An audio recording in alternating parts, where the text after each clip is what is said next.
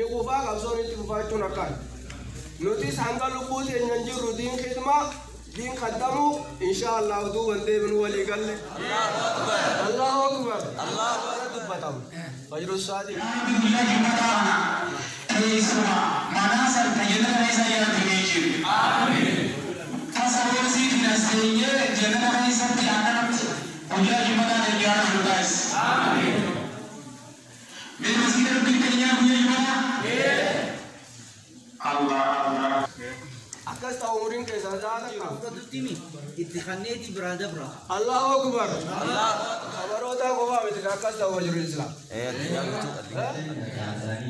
masjid madrasah jauh berjatani ya rojan kabati sena wajatani wajwa bana kami misal silesani Jannat Rabbiki Gammadu Sesani Jannat Rabbiki Gammadu Sesani